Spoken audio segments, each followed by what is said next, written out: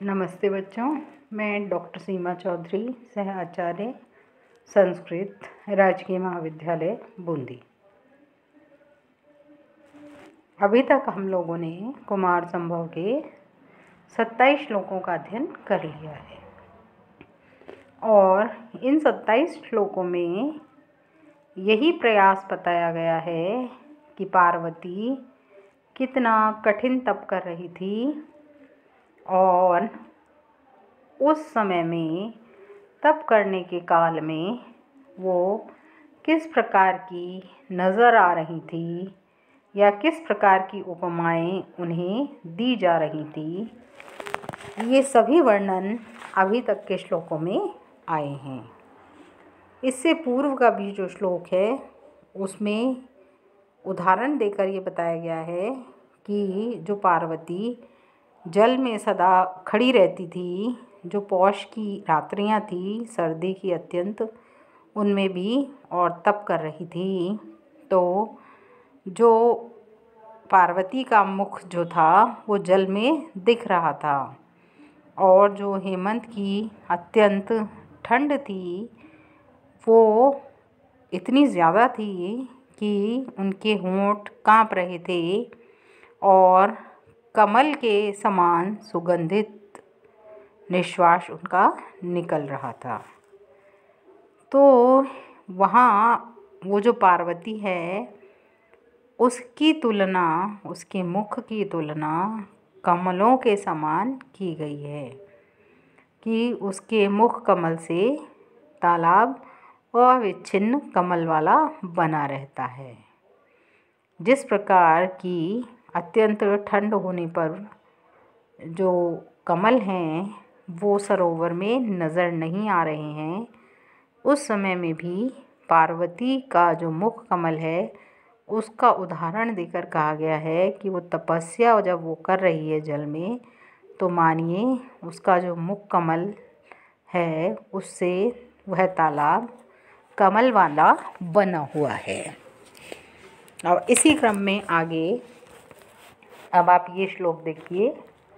स्वयं विषीण द्रुमपर्णवृत्तिता परा हि काष्ठा तपस्तया पुनः तदपि अपाकीर्णमतः प्रियं वदाम वदन्ति अपर्णे इति च तां पुराविदः। तो देखिए बच्चों, इसका अन्वय स्वयं विषीण द्रुमपर्णवृत्तिता तपसः पराकाष्ठा हि तया पुनः तदपि अपाकीर्णम् अतः प्रियं वदा तां पुराविदः अपर्णा इति च वदन्ति। तो यहाँ पर स्वयं विषीण द्रुमपर्णवृत्तितः, जो स्वयं यानी अपने आप ही, विषीण यानी जो गिर चुके हैं, द्रुम यानी पेड़ों से, ऐसे अपर्ण यानी पत्ते, उनसे अपनी वृत्तिता जीवन का निर्वाह करने वाली तपसः तपस्या की पराकाष्ठा, ये चरमोत्कर्षता ही प्रसिद्ध है ये बात, तया और उसके द्वारा, पुनः तदपि वह भी फिर से, अपाकीर्णम छोड़ दिया गया है, अतः इसलिए प्रियं वदाम ताम पुराविदः, इसलिए ताम यानी उस मधुर भाषिणी को, पुराविदः पुराणवेत्ता जो लोग हैं वो, अपर्णा इति, अपर्णा यानी जिसने पत्ते भी खाना छोड़ दिया है, ऐसा इति च इस प्रकार का वदंती कहते हैं। कहने का क्या मतलब है बच्चों कि जो पार्वती है वो इतना अत्यधिक तप कर रही है कि जो वृक्ष से गिरे हुए, अपने आप गिरे हुए पत्ते हैं, उनसे वो जीवन निर्वाह करती थी और उसके पश्चात भी उन्होंने क्या किया, उस तप की पराकाष्ठा कब हुई, जब उन्होंने वो जो अपने आप पेड़ों से पत्ते गिरते थे उनको खाना भी छोड़ दिया। तो इस कारण पुराणों को जानने वाले जो लोग हैं उस प्रिय बोलने वाली मधुर भाषिणी पार्वती को अपर्णा इति च वदन्ति, अपर्णा नाम से भी जानते हैं। तो फिर से एक बार अर्थ देख लीजिए बच्चों। स्वयं विषीण द्रुम पर्णवृत्तिता, अपने आप विषीण यानी गिरे हुए, द्रुम पर्णवृत्तिता वृक्षों के पत्तों के द्वारा जीवन निर्वाह करने की तपसह पराकाष्ठा ही, जो तप की पराकाष्ठा है वो प्रसिद्ध ही है। क्या है वो? कि उन्होंने अपने आप गिरे हुए पत्तों के द्वारा ही अपना जीवन निर्वाह किया। और उसकी भी पराकाष्ठा कब हो गई? तया, उसके द्वारा भी, उस पार्वती के द्वारा भी उन्होंने क्या किया? तद अपि अपाकीर्णम, उन पत्तों को भी खाना छोड़ दिया। तो इसलिए तया पुनः तत् अपि अपाकीर्णम, अतः इस कारण से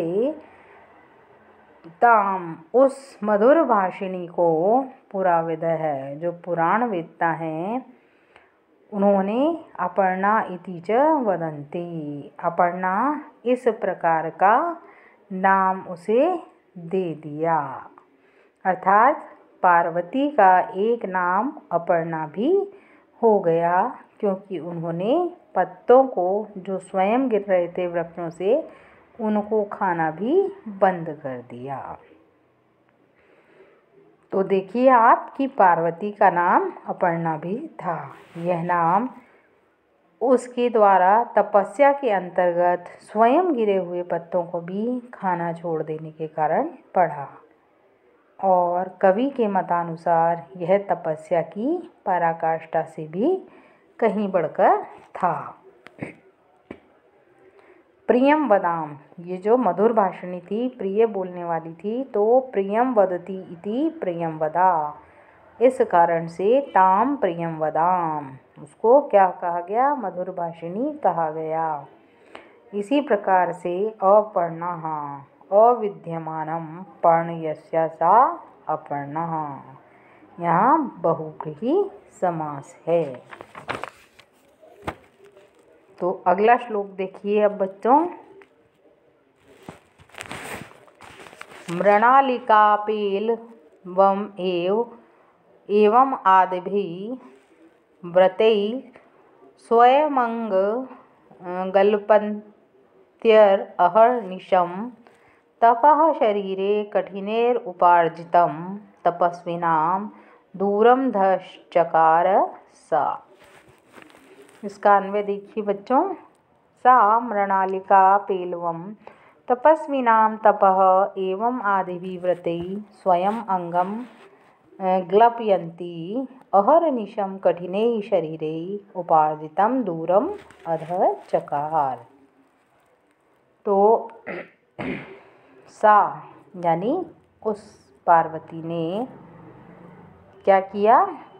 मृणालिका पेलवम, कमलिनी के समान कोमल जो उसका शरीर था उसको तपस्विनाम, अनेक प्रकार के तपों में, व्रतों में के द्वारा क्या किया? तपः एव आदि भी व्रतै, तप से और व्रतों के द्वारा वह उसको क्या कर रही थी? अनेक प्रकार से ग्लपयंती, क्रश कर रही थी, अपने शरीर को क्रश करती हुई, और कठिनई अहर्निशम, जो दिन और रात कठिनई क्लेशों को सहन करने वाले अपने शरीर के द्वारा उपार्जितम, उपार्जित किए हुए ऋषियों के तप को भी उन्होंने, तपस्वी नाम तपः, ऋषियों के तप को भी उन्होंने दूरम अधः चकारः, दूर तक तिरस्कृत कर दिया था। कहने का मतलब ये है बच्चों कि जो पार्वती थी, उन्होंने इतनी ज़्यादा तपस्या की कि वो दिन और रात अपने शरीर को क्रश करती हुई और कष्ट को सहन करने के लिए अपने शरीर के द्वारा उपार्जित जो ऋषियों के तप हैं उनको भी उन्होंने तिरस्कृत कर दिया। मतलब पार्वती ने कष्ट सहिष्णु तपस्वियों से भी ज़्यादा कठोर तप किया, उनसे भी ज़्यादा उन्होंने इस चीज़ को तप को महत्व दिया कि ऋषियों के सामने वो उनसे अत्यधिक श्रेष्ठ सिद्ध हुईं। तो फिर से एक बार अर्थ देख लीजिए बच्चों। सा ऐसी उन्होंने मृणालिका पेलवम जो कोमल अपने शरीर था उनका कमलिनी के समान उस शरीर को एवं आदि इसी प्रकार से अनेक किन में लगा दिया, व्रतों के द्वारा दिन रात अहर्निशम यानी दिन रात उसको क्या किया उन्होंने, ग्लपयंती क्रश करने में लगा दिया, जो कि कठिनई क्लेशों को सहने वाले उपार्जितम तपस्विनाम तपः दूरम अध चकारः, जिसमें जो तपस्वी हैं उनके कष्ट सहने वाले शरीर के द्वारा जो उपार्जित ऋषियों के तप को भी उन्होंने तिरस्कृत कर दिया। कहने का मतलब ये हुआ बच्चों कि पार्वती ने जो ऋषि हैं, तपस्वी हैं, महर्षि हैं, उनसे भी ज़्यादा तप कठोर किया।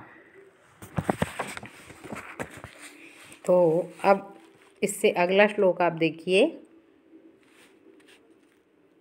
अथाजिनाषाढधरः प्रगल्भवाग् ज्वलन एव ब्रह्ममयेन तेजसा विवेश कश्चिज्जटिलस्तपोवनं शरीरबद्धः प्रथमा आश्रमो यथा। तो इसका अन्वय देखिए बच्चों। अथ अजिना आषाढ़धरः प्रगल्भवाक् ब्रह्ममयेन तेजसा ज्वलन इव कश्चिज्जटिलः शरीरबद्धः प्रथमा आश्रमः यथा तपोवनं विवेश।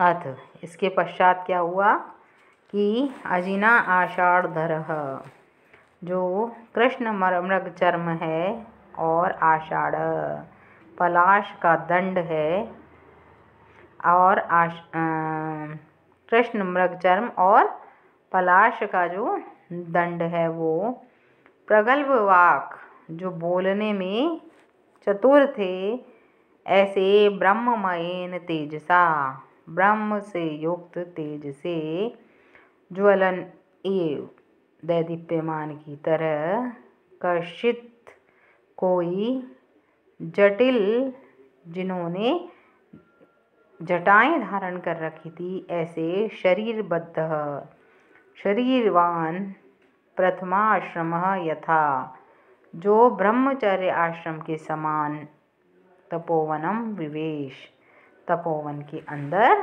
प्रविष्ट हुआ, प्रवेश लिया। तो अथ बच्चों इसमें क्या कह रहे हैं वो फिर से एक बार अर्थ देखिए। अथ इसके पश्चात क्या हुआ, इतने कठोर जो तप कर रही हैं पार्वती, उसके पश्चात आजिना आषाढ़धर जो कृष्ण मृगचर्म एवं पलाश दंडधारी था व्यक्ति और प्रगल्भ बोलने में कितना था, पटु था, चतुर था और अपने ब्रह्ममयेन तेजसा अपने ब्रह्ममय तेज से ज्वलन एव जो दैदीप्यमान की तरह कश्चित जटिल शरीरबद्ध किस कोई जटाओं वाले शरीरवान ने प्रथमाश्रम यथा ब्रह्मचर्य आश्रम के समान तपोवनम विवेश तपोवन में पार्वती के तपोवन में प्रवेश किया। तो यहाँ देखिए बच्चों क्या कहा जा रहा है कि जो पार्वती है जब उन्होंने इतना कठोर तप किया, तो यहाँ अथ जो है इसके पश्चात का मतलब है कि जब पार्वती इतना कठोर तप कर रही है तो जितने भी प्रयास उनके इससे पूर्व श्लोक में बताए गए हैं कि किस तरह के उन्होंने प्रयास किए हैं, कितनी कठोर तपस्या वो कर रही हैं, उन सब के उपरांत क्या हुआ, तपोवन में एक कृष्ण मृग चर्म जिन्होंने धारण कर रखा है और पलाश का दंड भी धारण कर रखा है, जो बोलने में चतुर हैं, ऐसे ब्रह्ममय तेज से दैदीप्यमान किसी जटाधारी ब्रह्मचारी ने उस पार्वती के तपोवन में, जहाँ वो पार्वती तपस्या कर रही थी, उस तपोवन में प्रवेश किया। तो ये जो श्लोक है इसमें उत्प्रेक्षा अलंकार है, क्योंकि कवि ने ब्रह्मचारी के प्रवेश में मूर्तिमान ब्रह्मचर्य आश्रम की संभावना की है। यहाँ शरीरम बद्धम यस्य येन वा स शरीरबद्धः, यहाँ बहुव्रीहि अलंकार है और बहुव्रीहि समास है। प्रथमाश्रमः प्रथमश्च असौ आश्रमः प्रथमाश्रय, ये कर्मधारय समास है। अब इससे आगे का श्लोक देखिए बच्चों। तमा आतिथेयी बहुमान पूर्वया सपर्यया प्रत्युदिदाय पार्वती भवन्ति साम्ये अपि निविशिष्टचेतसां वपुर्विशेषेषु अतिगौरवाः क्रियाः। अन्वय देखिए इसका। आतिथेयी पार्वती तम बहुमान पूर्वया सपर्यया प्रत्युदिदाय दियाय साम्ये निविष्टचेतसाम् अपि वपुर्विशेषेषु अतिगौरवाः क्रिया भवन्ति। तो यहाँ देखिए आतिथेयी, अतिथि सत्कार करने में जो निपुण थी पार्वती, तम उस ब्रह्मचारी की बहुमान पूर्वया बहुत आदर सत्कार पूर्वक उन्होंने सपर्यया यानी पूजा भाव से युक्त होकर प्रत्युदिदाय उसकी ओर वो बढ़ी, साम्य और अपने नज़दीक होने पर, समान होने पर, निविशिष्ट चेतसाम स्थिर चित्त वालों की, वपुर विशेषेषु व्यक्ति विशेषों में, अति गौरवाः क्रिया जो चेष्टाएं होती हैं वो अतिशय गौरव से समन्वित होती हैं। तो इसका अर्थ फिर से देखिए बच्चों कि आतिथेयी अतिथि सत्कार में प्रवीण वो पार्वती, तम बहुमान पूर्वया उसको अत्यधिक आदर पूर्वक पूजा के साथ उस ब्रह्मचारी की ओर सपर्यया बहुत आदर के साथ, बहुमान पूर्वया बहुत ज़्यादा आदर सत्कार के साथ, सपर्यया पूजा भाव से युक्त हो उसकी ओर बढ़ी। साम्य क्योंकि क्या होता है कि साम्य समता में लगे हुए, निविष्ट चेतसाम अपि चित्त वालों के कार्य विशेष व्यक्तियों के लिए, वपुर विशेषेषु जो शरीर वाले हैं उन व्यक्तियों के लिए, अति गौरवा क्रिया भवन्ति कार्य विशेष भी अधिक सम्मान युक्त होते हैं। क्योंकि बच्चों जिनका समता में लगे चित्त होते हैं उनके भी कार्य विशेष व्यक्तियों के लिए अधिक सम्मान युक्त होते हैं।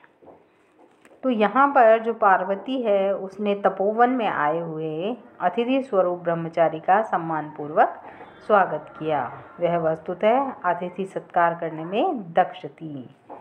यहाँ पर ये भी बताया गया है कि भारतीय संस्कृति में अतिथि को देवता के रूप में माना गया है तथा उनका सत्कार करने का प्रावधान भी है। महाकवि कालिदास भारतीय संस्कृति के प्रेमी और संरक्षक थे। उन्होंने अपने ग्रंथों में भारतीय संस्कृति के महत्वपूर्ण पहलुओं को सर्वत्र ही स्थान दिया है।